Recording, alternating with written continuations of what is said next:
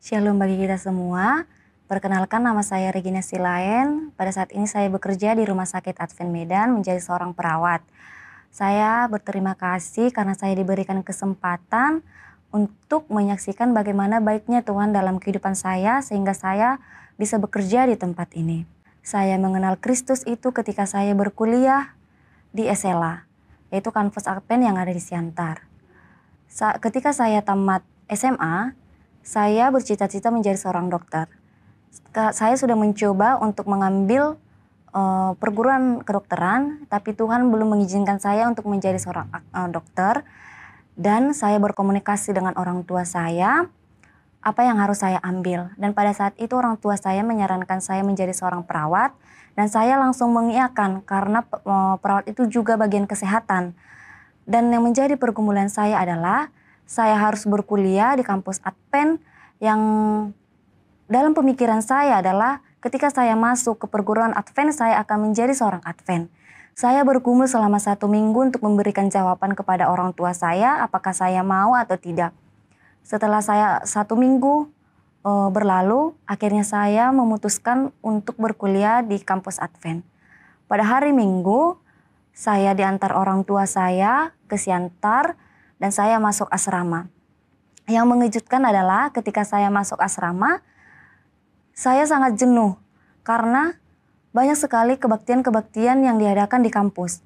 Saya harus bangun pagi jam 5, yang notabene saya tidak pernah bangun jam 5 untuk mengikuti renungan. Tapi saya harus diwajibkan bangun jam 5, mengikuti renungan setiap hari Rabu, Jumat, dan Sabtu juga saya harus mengikuti kebaktian. Awalnya saya merasa jenuh dan saya mengadu kepada orang tua saya supaya saya keluar dari kampus itu. Tapi orang tua saya tetap memotivasi saya supaya saya tetap bertahan. Dan puji Tuhan, pada saat saya semester 2, saya menerima Kristus sebagai juru selamat saya. Saya diberikan motivasi oleh teman-teman saya, diberikan motivasi oleh orang tua saya, dan mereka mengenalkan kebenaran itu kepada saya, bagaimana kebaikan Tuhan dalam kehidupan kita sehari-hari. Awalnya saya mengira ketika saya mengikuti Kristus sebagai juru selamat saya, perjalanan hidup saya akan mulus saja. Tapi itu berbanding terbalik. Nah, pada saat semester 2, saya sangat kesulitan dalam membayar uang kuliah saya. Saya harus menjadi student literatur ke Jakarta. Saya harus mencari dana untuk membantu orang tua saya. Dan puji Tuhan, pada saat saya pulang dari Jakarta, saya memang bisa membayar uang kuliah saya selama 1 semester. Dan semester berikutnya juga masih ada orang yang baik yang saya jumpai di Jakarta yang membantu saya membayar perkuliahan saya. Dan ketika semester akhir, pergumulan itu makin berat, di mana saya dihadapkan dengan uang kuliah yang sangat besar. Saya berkomunikasi dengan orang tua saya menceritakan berapa uang kuliah saya kepada mama saya, dan di situ mama saya hanya bilang, kamu tidak perlu khawatir untuk uang kuliah, kami yang akan memikirkan, kamu harus fokus untuk kuliah.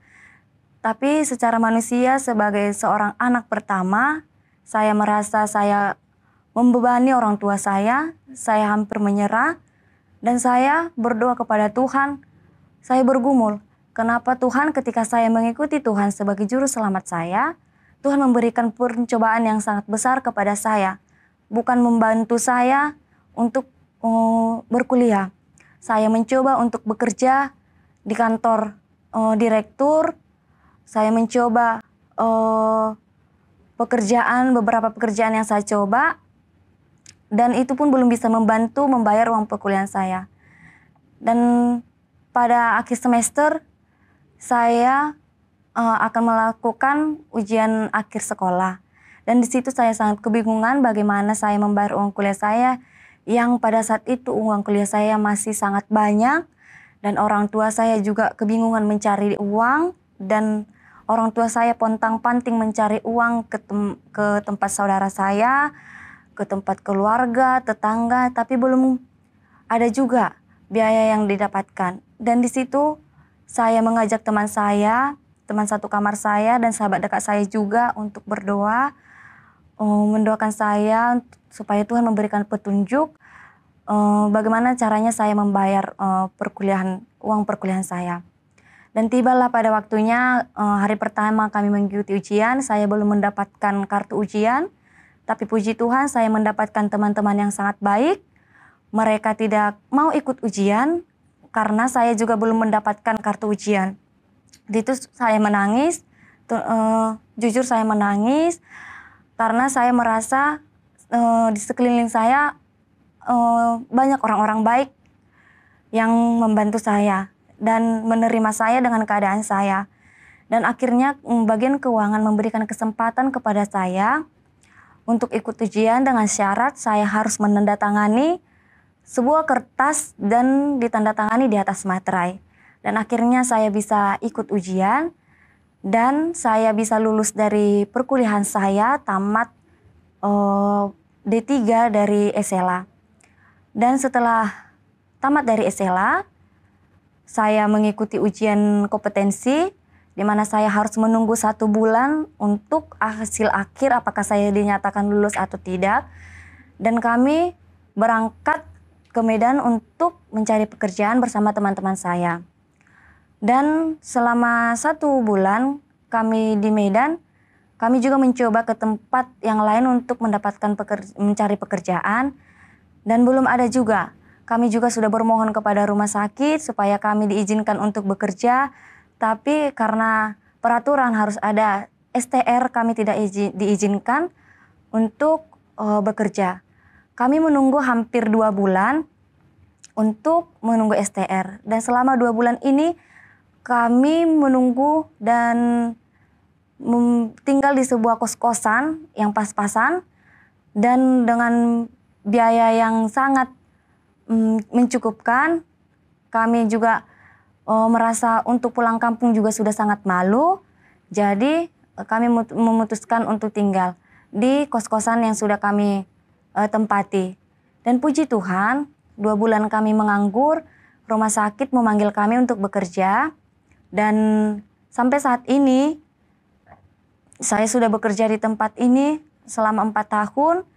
Puji Tuhan juga, ketika saya sudah bekerja di tempat ini, saya diberikan rezeki yang luar biasa daripada Tuhan. Saya dapat membantu adik saya dalam berkuliah. Dan puji Tuhan juga, pada tahun ini saya juga diberikan kesempatan untuk melanjutkan perkuliahan saya di tempat ini. Ada satu ayat yang akan saya bagikan, yaitu tertulis dalam Ulangan 31 ayat 6. Kuatkan dan teguhkanlah hatimu, janganlah takut dan jangan gemetar karena mereka, sebab Tuhan Allahmu, dialah yang berjalan menyertai engkau, ia tidak akan membiarkan engkau dan tidak akan meninggalkan engkau. Biarlah melalui kesaksian yang saya sampaikan ini dapat mengingatkan kita bahwa sebesar apapun pergumulan kita, mari kita datang kepada Tuhan, kita berdoa dengan sepenuh hati, kita mendekatkan diri kita kepada Tuhan. Terima kasih.